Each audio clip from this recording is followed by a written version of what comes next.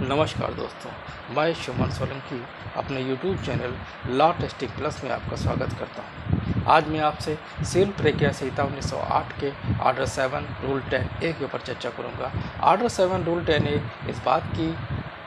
के विषय में बताता है कि यदि कोई किसी न्यायालय में आपने मुकदमा फाइल किया और उस न्यायालय में क्षेत्राधिकार का अभाव था, तो उस परिस्थिति में न्यायालय उसको जिस न्यायालय को क्षेत्राधिकार है उस न्यायालय को ट्रांसफ़र कर सकता है। और इस ट्रांसफ़र में करने में वो क्या प्रक्रिया को अडॉप्ट करेगा,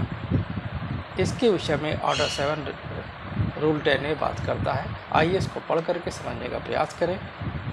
कि ऑर्डर 7 रूल 10A क्या बात करता है। Power of court to fix a date of appearance in the court where the plaintiff is to file after its return. ये कहता है कि where in any suit after the defendant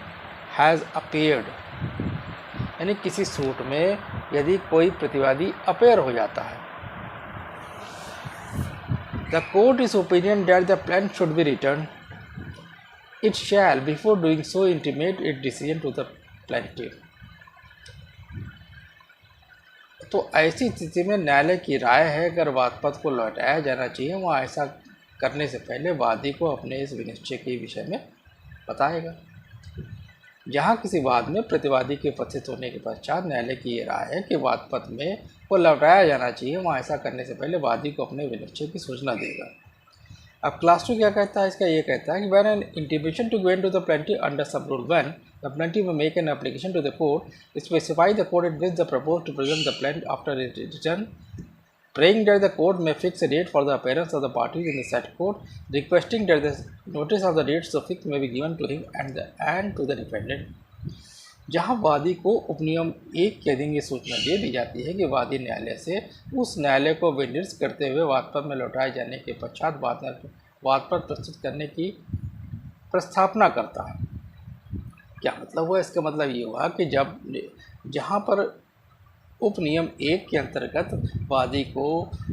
मुकदमे के ट्रांसफ़र के विषय में अवगत करा दिया जाता है, तो क्लास 2 में वादी एक प्रार्थना पत्र देगा जिसमें उस न्यायालय के विषय में बताएगा कि किस न्यायालय में उसको ट्रांसफ़र किया जाना है, और उस न्यायालय में ट्रांसफ़र करने के लिए एप्लीकेशन में आवेदन करेगा। साथ ही साथ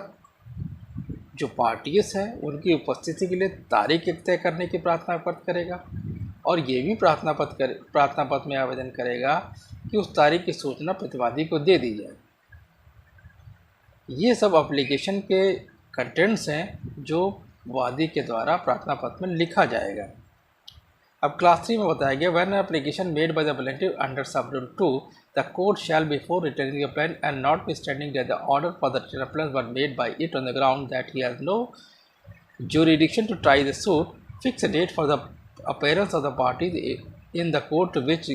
the plaintiff is proposed to be presented, and give to the plaintiff and to the defendant notice of such date for the appearance।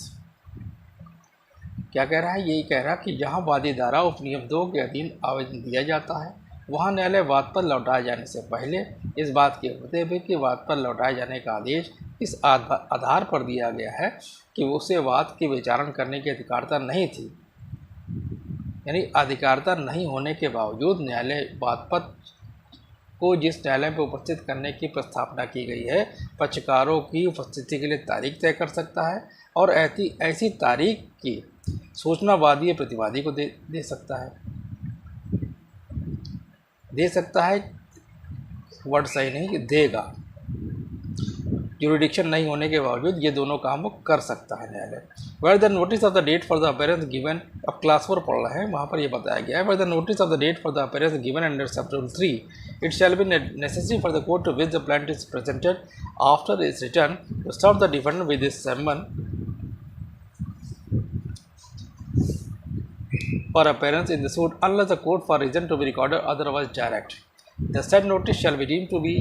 a summon for the appearance of the defendant in the court of which the plaintiff is presented the date so fixed by the court by which plaintiff was returned। क्या कह रहा है? वो ये कह रहा है कि जहाँ उपनियम 3 के अधीन उपस्थित होने की तारीख की सूचना दे दी जाती है, यानी वादी प्रतिवादी को किस न्यायालय में जाना है, उसमें कौन सी तारीख लगाई है, इसके विषय में अगर सूचना दे दी जाती है, तब न्यायालय के लिए वादपत्र को उसको लौटाए जाने के पश्चात ये आवश्यक नहीं होगा कि वहाँ उपस्थिति के लिए सम्मन प्रतिवादी को तामील करे। और जब अगर ऐसा सम्मन तामील करने की बात न्यायालय करता है तो उसका कारण देगा कि ऐसा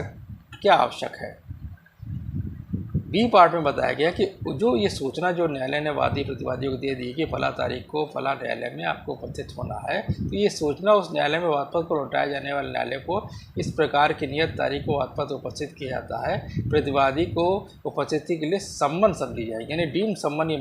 के रूप में इसको माना जाएगा। अब क्लास 5 में कहता है, the application made by the plaintiff under sub rule 2 is allowed by the court, the plaintiff shall not be entitled to appeal against the order written the plaintiff। जहाँ न्यायालय वादी धारा उपनियम 2 के अधीन आवेदन को मंजूर कर लेता है, वहाँ पर वाद पर लौटाए जाने के आदेश के विरुद्ध वो वादी जो होगा अपील करने का हकदार नहीं होगा। तो ये आपने देखा कि आज मैंने आपसे ऑर्डर 7 रूल 10A के ऊपर चर्चा की। ऑर्डर 7 रूल 10A इस बात के विषय में बताता है हमें, यदि किसी न्यायालय में आपने मुकदमा फाइल किया और वहाँ पर क्षेत्राधिकार का अभाव है, तो जिस न्यायालय को क्षेत्राधिकार है वहाँ पर अगर वो न्यायालय जो होगा, पूर्व वाला न्यायालय जो है क्षेत्राधिकार वाले न्यायालय को मुकदमा को ट्रांसफ़र करेगा, तो ट्रांसफ़र करने में वो कौन सी प्रक्रिया को अडॉप्ट करेगा, और क्षेत्राधिकार ना होते हुए भी वो डेट भी लगा सकता है और वादी प्रतिवादी को नोटिस भी दे सकते, सूचना भी दे सकता है कि फला तारीख को आपको फला न्यायालय में उपस्थित होना है। तो इन सब विषय के विषय में ऑर्डर 7 रूल 10A बात करता है, इसके विषय में मैंने आपसे चर्चा की। सिविल प्रक्रिया संहिता के अन्य सेक्शन के ऊपर मैं अपने आने वाले लेक्चर सीरीज में चर्चा करूंगा। यदि आपको मेरा चैनल समझ में आता है तो कृपया से लाइक करें, सब्सक्राइब करें, शेयर करें, कमेंट करें। तब तक के लिए जय हिंद, जय भारत।